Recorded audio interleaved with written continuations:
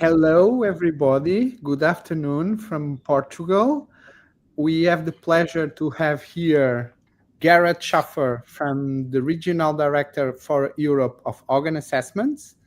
And I also have my team, Antonina and Patricia, to join us on this webinar.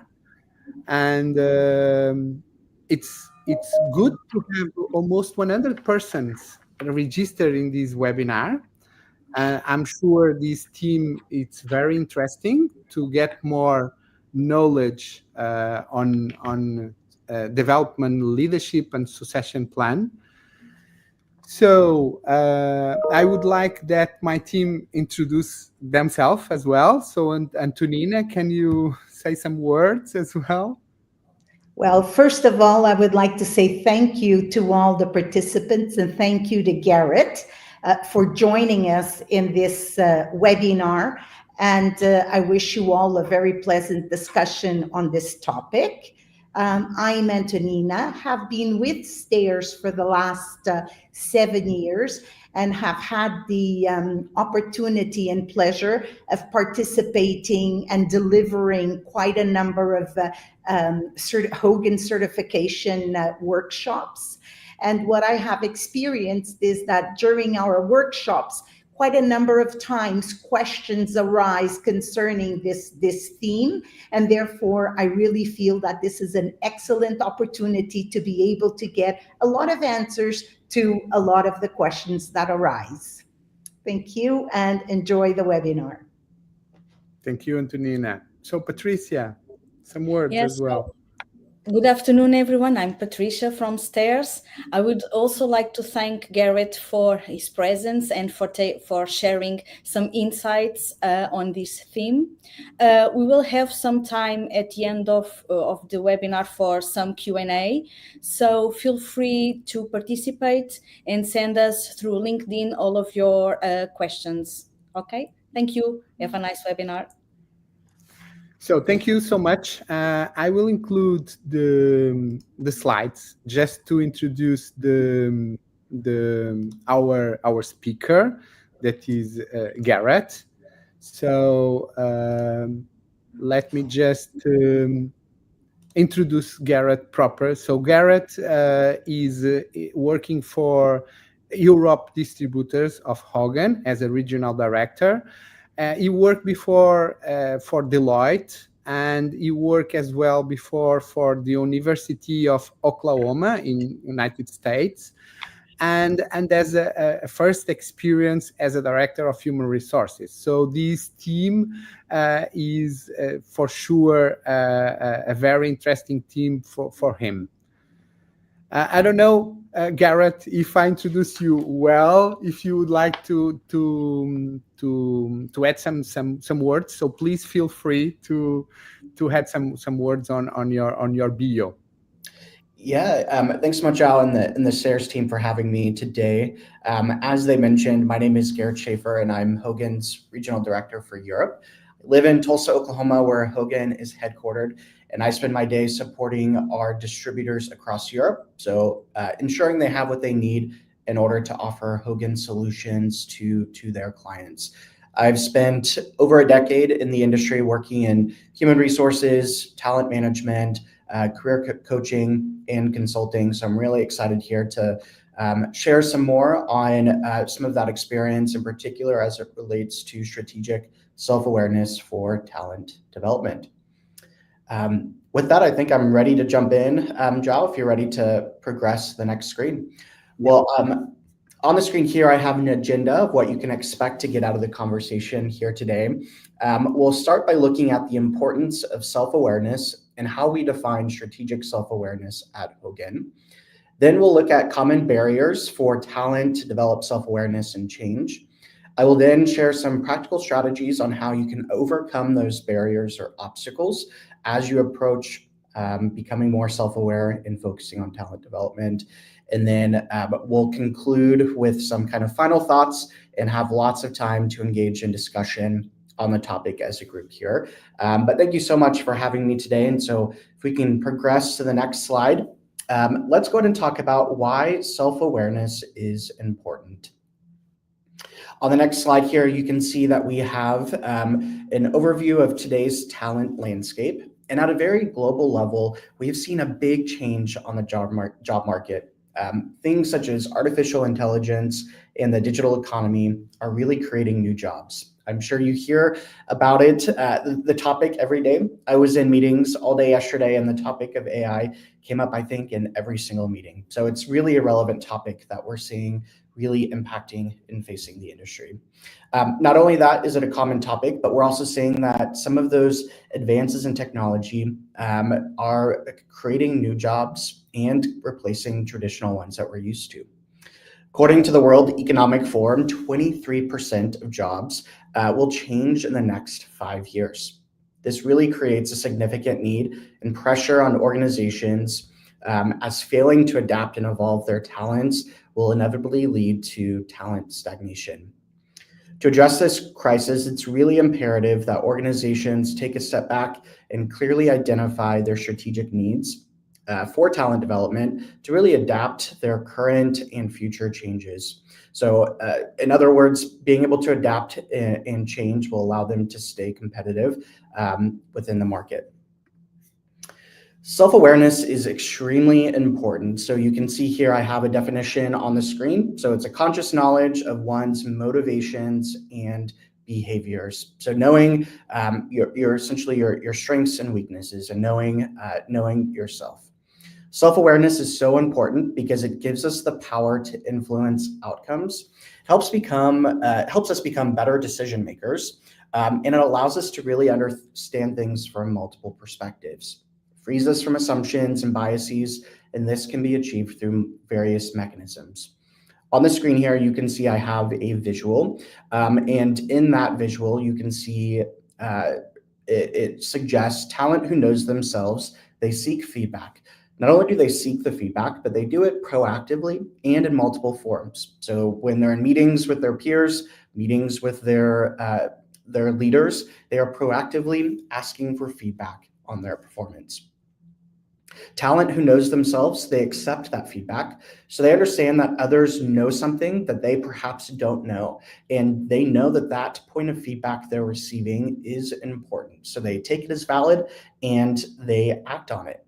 So talent who knows themselves really acts on the feedback because they know others are watching and others will help keep them accountable. And then finally, talent who knows themselves succeed more. They create better employee engagement and make the world a better place to work. And I think that's something we probably all want within the workplace. On the next slide here, you can see I have a visual on the other hand. So talent who lacks self-awareness really misses feedback signals. So they don't listen or they dismiss that feedback for whatever reason. Perhaps they don't think it's relevant to their work. Perhaps they think they know best, but nonetheless, talent who lacks self-awareness misses those feedback signals. In addition, talent who lacks self-awareness ignores feedback. They're unable to admit the faults and flaws they have in themselves. They're also slow to change, so they don't see the point of changing their behavior. And under stress, in times of pressure, they oftentimes resort back to the behaviors, to their old behaviors and ways of doing things. Finally, talent who lacks self-awareness really tops out and fails, and that can really impact their own career and the people's lives around them. So now that we've identified how important self-awareness is, let's go a step deeper and look at what is strategic self-awareness. On the next slide here, you can see I have 3 components, and there's 3 major components to understanding what strategic self-awareness is. The first is understanding one's strengths and limitations. So knowing those things that you're good at and knowing those things that you maybe aren't the best at, and being able to quickly identify those when it comes to contributing to the work that you're participating in. The second component is understanding how those strengths and limitations compare with those around you. In understanding a comparison, that would require you to not only know your own strengths and limitations, but it would require you to know the strengths and limitations of those people that you work with and how you stand up against them. So if you think about being in a team setting, you're working with those around you. You know what you're good at, and you know what the person sitting next to you is good at. And so you're also able to identify where there might be gaps between the two of you. And thirdly, the third component in understanding the major components of strategic self-awareness is understanding the need to adapt behavior to increase effectiveness. Some of you may have encountered the teachings, or some of you may be really interested in Greek philosophy. And if you are, then you're probably familiar with a Greek philosopher by the name of Socrates. Socrates had a significant impact on Western philosophy, and he was famous for saying, "Know thyself." And he also said that a life without self-examination is not a life worth living. When Socrates and the other Greek philosophers had this take on self-knowledge, they actually had a pretty practical take on it, and they meant understanding your own strengths and weaknesses compared to others in the activities that you participate in. So that second part, comparing yourself to others, is what we really focus on when it comes to self-awareness. So how can personality relate to self-awareness? On the screen here, you can see I have two different kind of situations in terms of universal themes and individual differences. But personality helps really provide us with a framework for understanding ways in which we are alike. Humans, no matter where they are in the world, are all trying to get along and find meaning in life. Now, where we differ is how we go about getting along, getting ahead, and finding meaning. A leader's personality will determine how they lead or how they will help the group or team get ahead and find meaning in life. So knowing more about your personality, how you are like others, and more importantly, how you differ from others is really key to nurturing strategic self-awareness. On the next screen here, you can see I have a comparison of identity versus reputation. Oftentimes, when you think about personality, you will think about it through the lens of how you see yourself, so your identity. And other times, it could be thought of through the lens of reputation, so how others perceive you.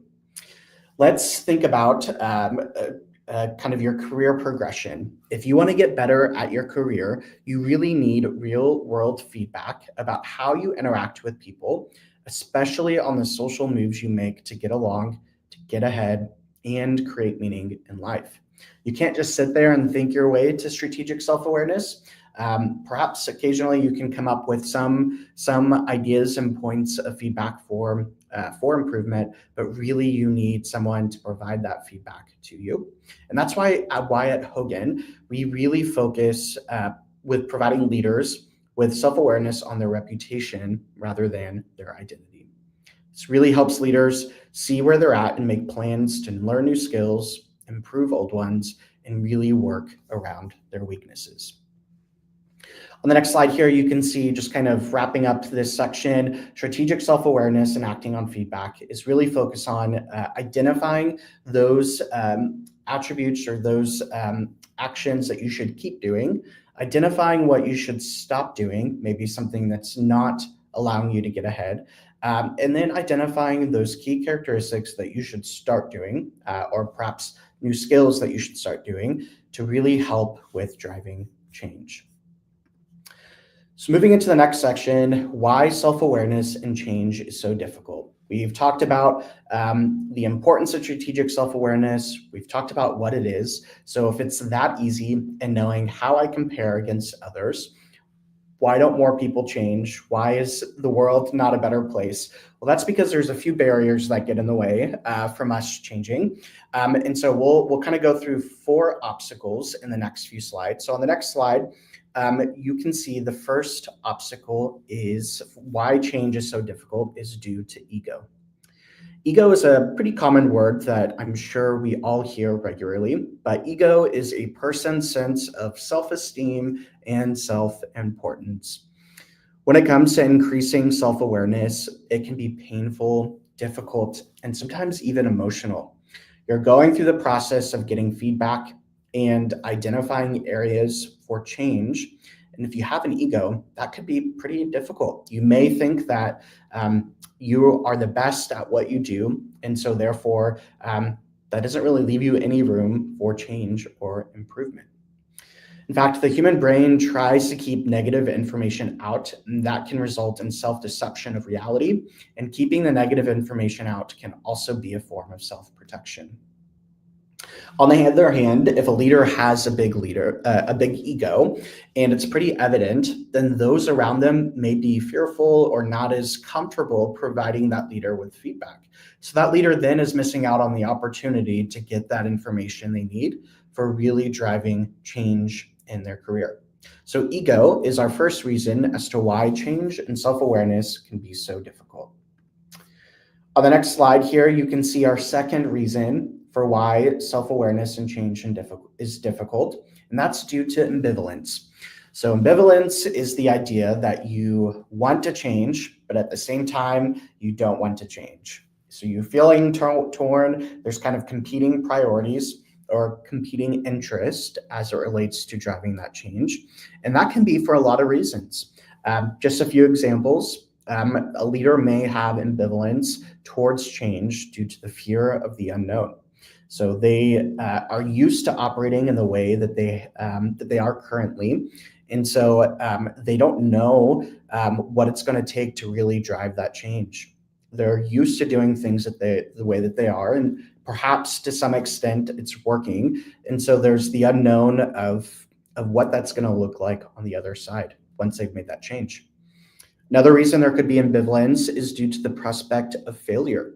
If they're going to spend all of that time and resources into doing something, they want to ensure that they're going to have an ROI on that time invested. And so they don't want to lose that time or investment into not being successful.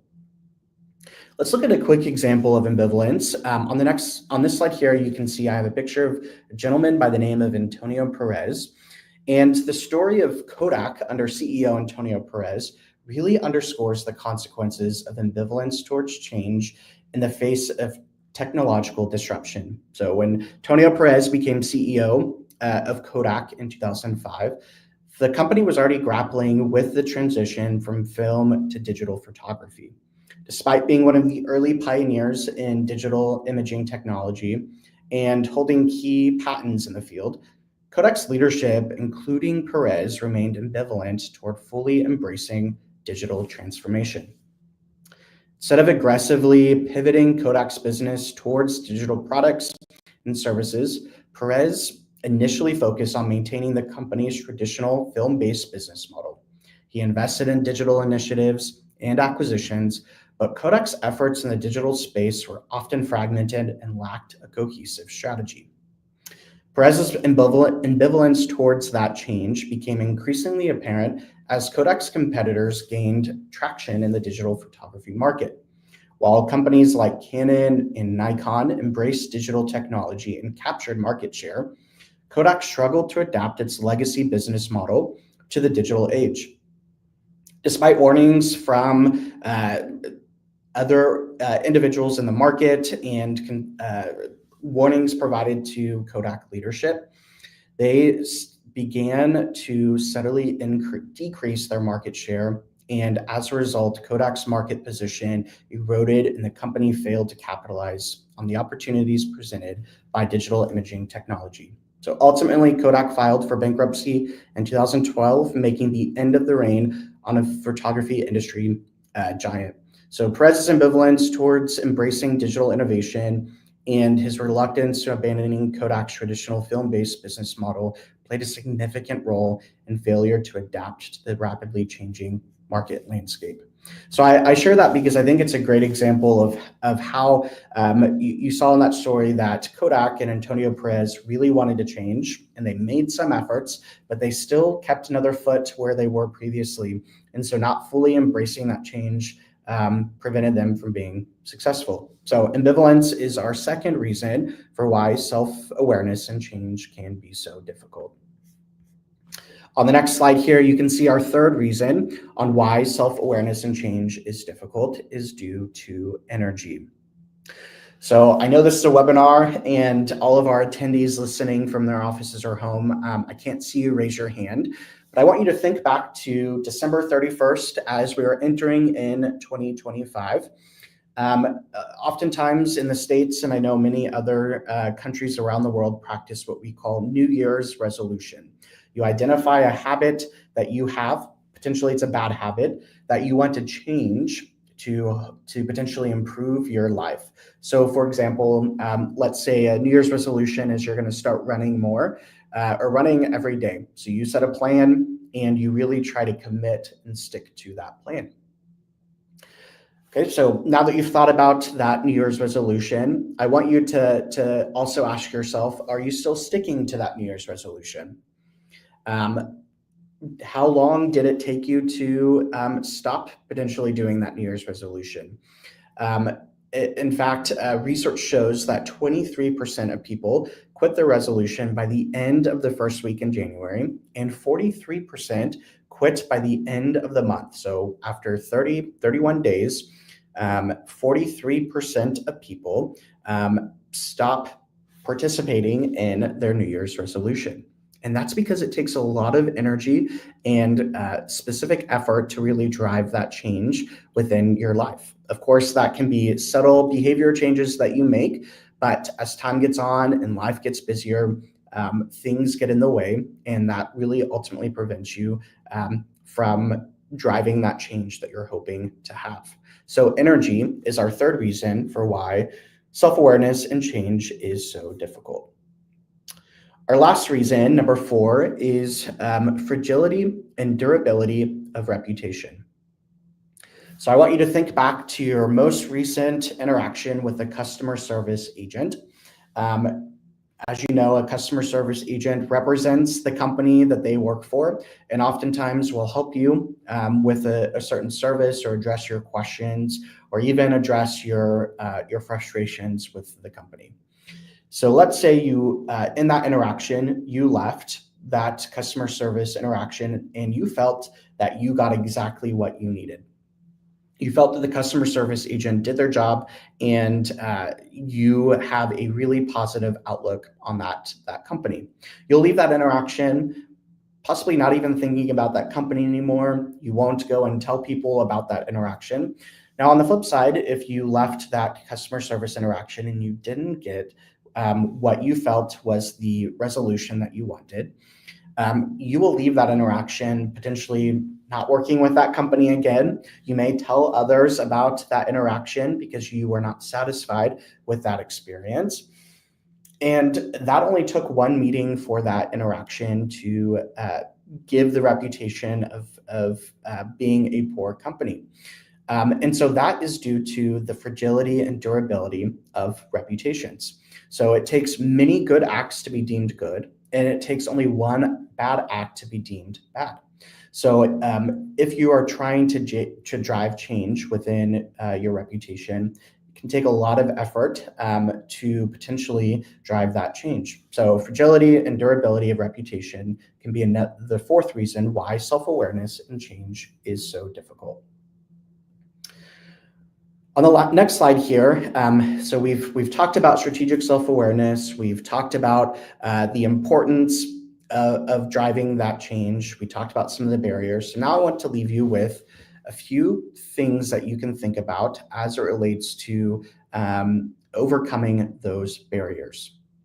The first key takeaway I want to provide you with is setting a foundation using data. Using valid and reliable personality assessments can really give an accurate representation of someone's reputation. So if you think about in the workplace, if you think about in reviewing someone, you're going to be using a lot of different data points in evaluating that person.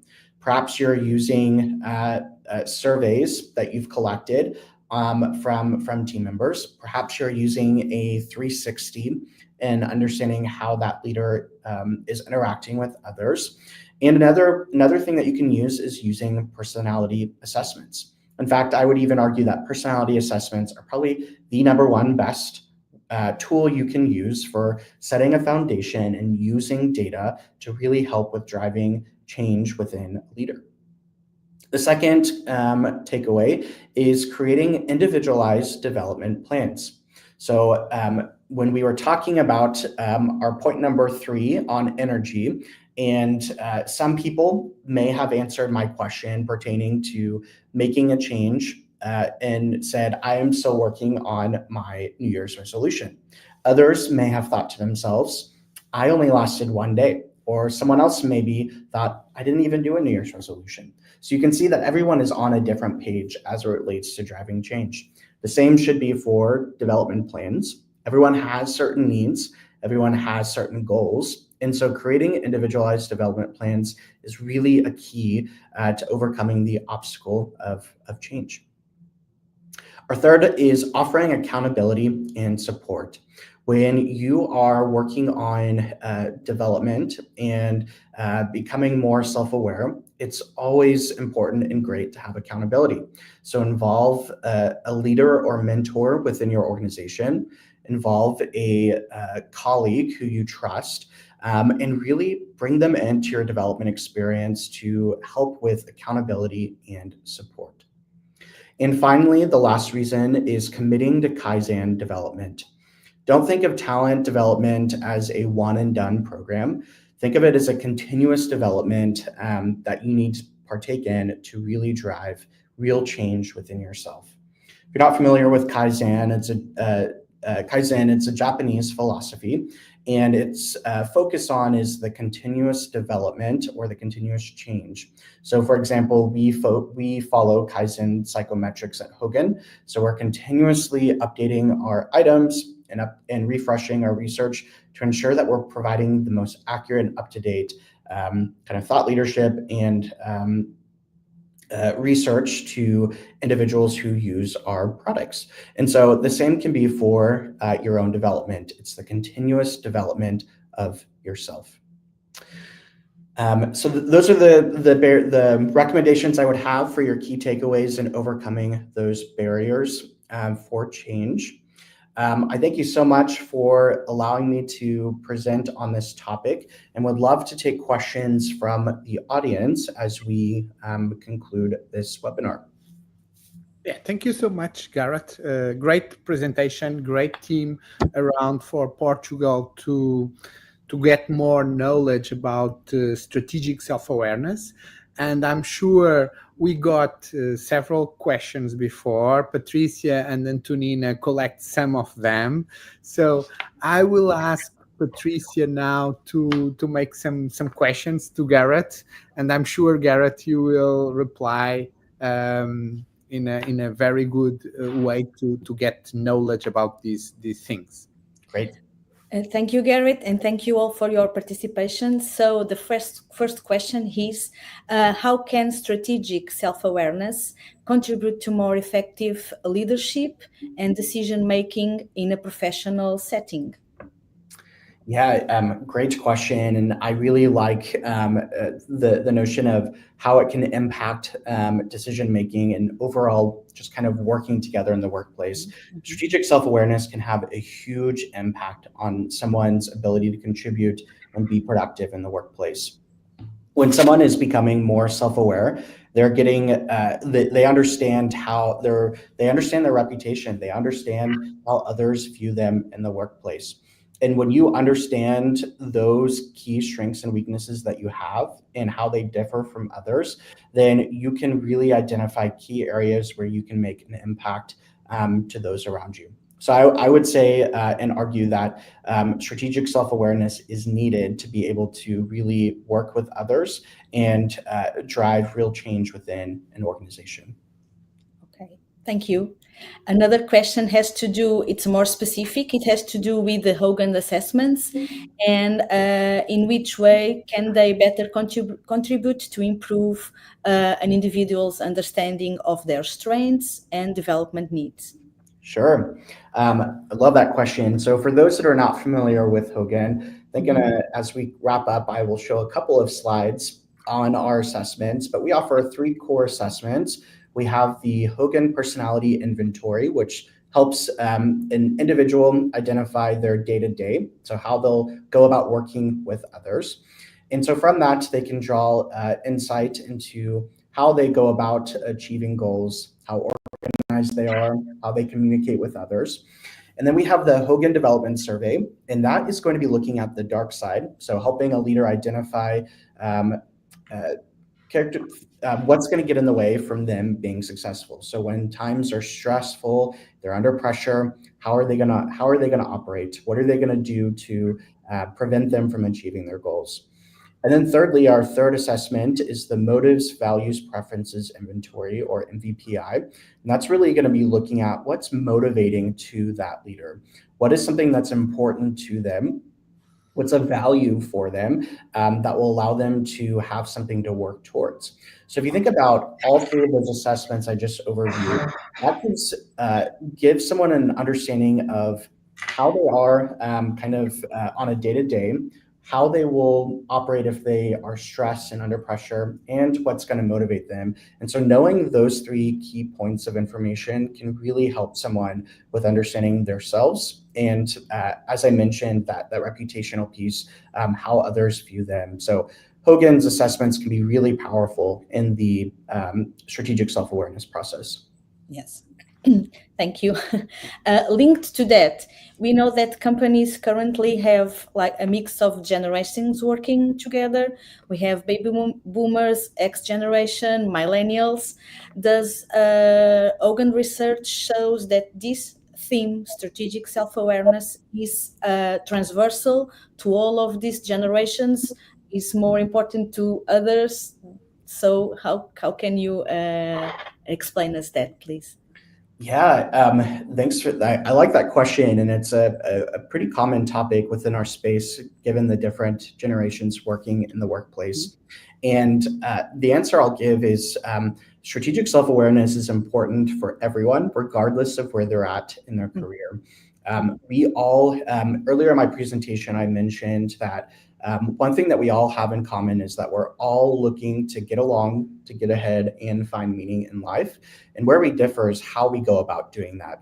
And so in order for someone to understand how they will get along, to get ahead, and finding meaning in life, is going to require them to be self-aware. And so everyone, regardless of where they're at in their career, will find strategic self-awareness important. And based on their personality, there could be some differences in terms of that development plan that you're working at. But to answer coming back to your question, there really isn't any differences in who prioritizes self-awareness or not. I would say it's in strategic self-awareness, it's something that we all benefit from. Yeah, thanks. Okay. Do we have time for one more? Yes, please. Yeah. So I think this might be a common question as well. So what's the return on investment that a company can expect to have when looking into strategic self-awareness, development plans, and better leadership, of course? Yeah, of course. ROI, return on investment, is totally an important question. If you're thinking about investing in development programs and investing in using tools to help improve. Of course, every company is different in terms of the ROI they see, but I can share an example of a case that we've had here in the US. So a handful of years ago, we started working with a global IT company headquartered here in the US, and they had a really hard time with retaining their high potential talent. So they would identify individuals who wanted to participate, or they wanted to put in a high potential development program, and they had a baseline turnover rate of 32%.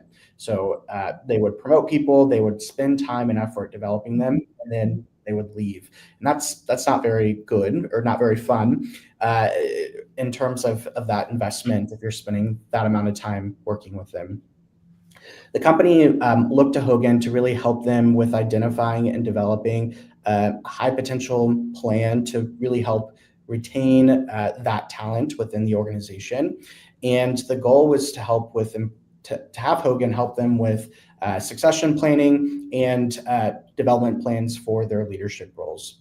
So Hogan was hired to help them. We partnered with them. We learned about their organization. We helped them come up with a success profile and understanding what a high potential leader needs to be successful within the workplace. but not only successful, that they'll stay. So there has to be some kind of value alignment, some motive alignment within those roles. We ended up working with this company to take the 3 core assessments that I just introduced and use the Leadership Forecast series, which is a really robust report that we offer that provides the participant with tons of narrative text about who they are and the reputation that they have. And we also worked developing individualized development plans for the high potentials who worked within that cohort. And throughout time, they started using this, and 4 years later, they saw that 32% turnover rate decrease down to 3%. So that's a pretty significant jump, and I think a great return on investment in terms of using something like Hogan to really drive and retain those people within their organization. Yeah. Thank you. Very good example. Thank you, Patricia. Antonina, I don't know if you have any questions to make. No. Not at this stage. Not this So I stage, just have one question, Garrett, regarding the identity versus reputation. When we are conducting Hogan certification, sometimes the participants has some doubts. How can an assessment, a self-assessment, predict the reputation? Can you give us just your insights about that to clarify our audience? Yeah, absolutely. Great question. And it's something that we certainly cover in depth in certification, as you mentioned. But over the years, Hogan has conducted tons of research on identifying how an individual responds on their assessment items and how that can be tied to how others view them, being that reputational piece. In certification, you'll learn kind of what we call the adjective checklist, and it helps us identify those adjectives that describe someone based on how they respond to those respective items. And we've been collecting those that kind of research since the beginning of using Hogan. And so we have a really robust database built up of being able to have really strong confidence in that how someone responds to the items would translate to their reputation. In fact, to date, we've assessed over 13 million people on Hogan assessments, and that's pretty significant because that means we have that much more data to really help with ensuring to be able to confidently say that how you respond to these items translates to how others view you within the workplace. Yeah. Okay. So thank you so much, Garrett. It's your view, and of course, all our audience normally ask that question: why an assessment transform the identity and reputation? So thank you again for your answer. We are almost achieve our time. I think we just have 2 more slides to show. Mainly one. Let's see, it's that. No, it's that. We just have one more slide regarding STAIRS. STAIRS has been for over 8 years the Hogan authorized distributor for Portugal, and we have been driving talent, leadership, and HR solutions. Some numbers: in these 2 years, we achieved more than 200 clients. We conduct almost more than 250 executive search process. We conduct more than 8,000 Hogan assessments in Portugal. We certified more than 100 persons in Hogan certification, and we conduct more than 30 projects in Hogan 360. We are here to support companies, leaders, participants to development the leadership skills and to get and to grow in the organization and get success.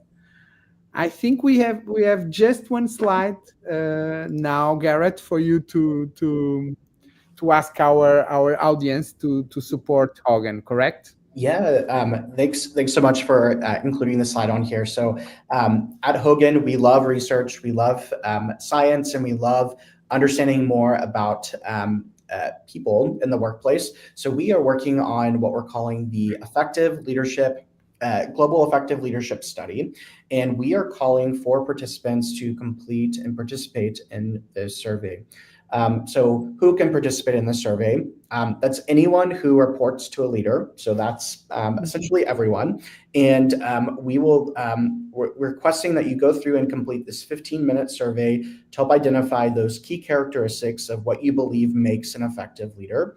And we are hoping to glean insights from participants or respondents from all around the world, so that way we can have new and updated thought leadership to report back to you on what makes an effective leader. So we have on the screen here a QR code as well as the URL link. And so feel free to, in your own time, participate in this survey, and we will be excited to share with you our research findings here later this year on what we have found to be an effective leader. Okay, thank you so much, Garrett. I think we come to an end. So just thank you again for your time to get the support of Be Próximo to the Portuguese audience. And this presentation will be recorded in LinkedIn. So for sure we will get more comments and questions, and we will get them to you, and we will reply them. Meantime, take care, have a nice week, and a great month of May, which we believe we will be together in Miami in the Global Summit of Hogan, correct? Yeah, that's right. Thank you so much for having me, and wish everyone a great rest of their day. Thank you, Garrett. Thank you. Thank you. Bye.